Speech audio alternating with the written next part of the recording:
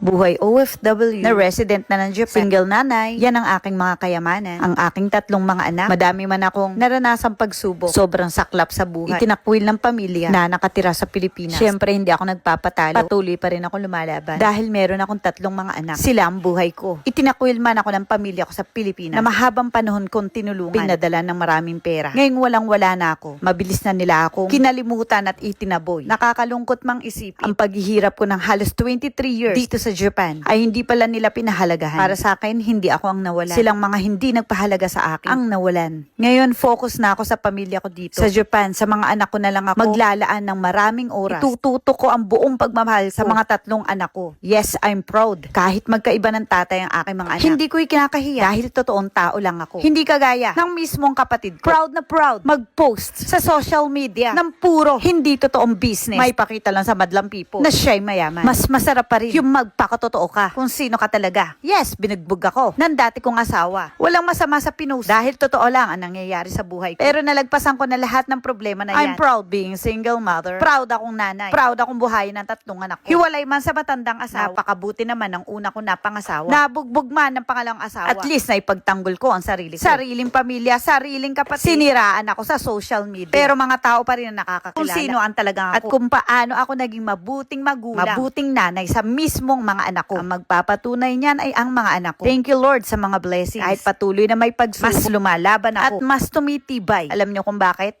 Dahil andito ang mga anak ko na nagbibigay sa akin ng lakas ng loob. Kaya sa mga OFW dyan, isang napaka-the best na advice ko sa inyo. Huwag niyong itulong o ibuhos lahat. Magtira sa sarili.